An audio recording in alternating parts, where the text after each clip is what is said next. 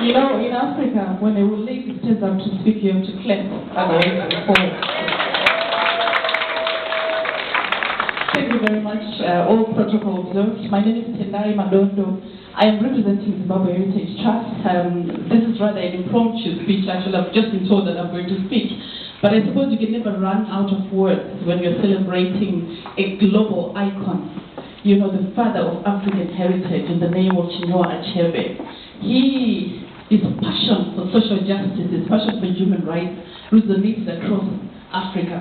And the wind also came to Zimbabwe, even in our secondary education, our tertiary education. It did influence us big time. What we also did was to bring the needs and the circumstances and the priorities of the ordinary people to the doorsteps of policymakers and those who were responsible for implementing policy analysis. And I think this is the day that we're celebrating all that he has done. But what he has done also is that he has run the race, and he has completed, he has accomplished that which he needed to accomplish. And he has left us with a space. And I suppose this is a space that you have created. And this is a space for us to be able to reflect on what we've been left with by this powerhouse of ideas.